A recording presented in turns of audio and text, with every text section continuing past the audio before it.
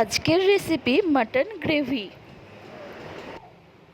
এর জন্য 300 গ্রাম মটন ধুয়ে নিয়েছি। এর মধ্যে দেব টক দই, লঙ্কার গুঁড়ো, জিরের গুঁড়ো, হলুদ, সামান্য নুন, হাফ চামচ আদা রসুন বাটা আর সামান্য তেল দিয়ে মেখে আধ ঘন্টা রেখে দেব।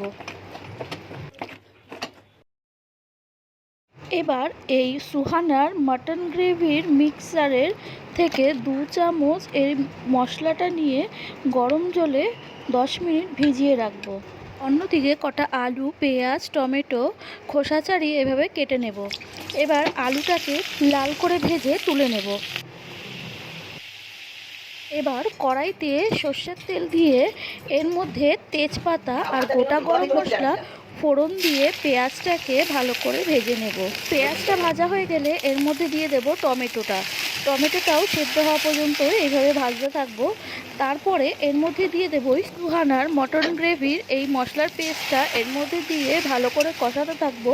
মশলাটা দিয়ে তেল ছেড়ে আসলে এর মধ্যে ম্যারিনেট করা মাটনটা দিয়ে আলুগুলো এর মধ্যে দিয়ে দেব আর দিয়ে দেবো একটা গোটা রসুন। সমস্ত উপকরণগুলো অল্প অল্প গরম জল দিয়ে এইভাবে কষাতে থাকবো 15 থেকে 20 মিনিট।